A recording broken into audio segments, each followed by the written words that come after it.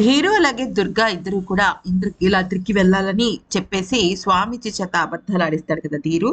కానీ ఇక్కడ రక్షితకు మాత్రం ఏదో అనుమానంగా ఉంటూనే ఉంటుంది. ఎందుకనంటే ధీరు గురించి, దుర్గ గురించి, పరిస్థితుల గురించి, అంతకు మునుపు స్వామీజీకి ఈ పెళ్లి క్యాన్సిల్ చేసేయమని చెప్పేదాని గురించి, అన్నిటి గురించి రక్షితకు తెలుసు కాబట్టి ధీరుకి వార్నింగ్ ఇస్తుంది. ధీరుకి 100 జాగ్రత్తలు చెప్తుంది. ఎందుకంటే నీ బ్యాడ్ టైం 2 ఏళ్ల క్రిందటే స్టార్ట్ అయిందని, నువ్వు చాలా జాగ్రత్తగా ఉండాలని చెప్తుంది. అయితే ఈలోపు ఏమవుతుందంటే అక్కడున్న ధీరు వాళ్ళ నాయనమ్మ ఒకవేళ గనక అంత భయంగా ఉంటే వెనక కారులో విజేంద్ర కూడా వస్తాడు. వాళ్ళిద్దరూ వెళ్ళినట్టు ఉంటుంది, విజేంద్ర వెనకాల వెళ్ళినట్టు ఉంటుంది అనగానే చాలా హ్యాపీ ఫీల్ అవుతుంది దుర్గా. ఎందుకనంటే ఇక విజేంద్ర వచ్చాడు అంటే తనకు అండగా నిలుస్తాడన్న సంగతి తెలిసిందే. కానీ ధీరు మాత్రం మొత్తం ప్లాన్ని తారుమారు చేసేస్తాడు.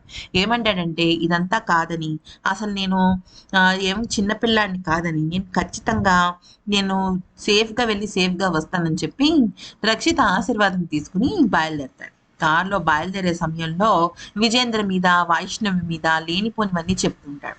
ఈలోపు వాష్రూమ్కి వెళ్ళిన దుర్గా పక్కకెళ్తే ధీరు వాళ్ళ ఫ్రెండ్కి ఫోన్ చేసి ఈరోజు రూమ్స్ లేవని, ఇద్దరం ఒకే రూమ్ తీసుకునేటట్టు ప్లాన్ చేస్తానని చెప్తాడు. అయితే అవతల వైపు వాళ్ళ ఫ్రెండ్ ఇదంతా రిస్క్ ఏమో అంటే రిస్క్ లేదు ఏమీ లేదని చెప్పేసి అంటాడు. ఆ తర్వాత కార్లో కూడా చాలాసేపు సంభాషిస్తాడు. ఇక ఎలాగైనా సరే పగ తీర్చుకోవాలని వైష్ణవి చాలా పట్టుదలతో ఉంటుంది.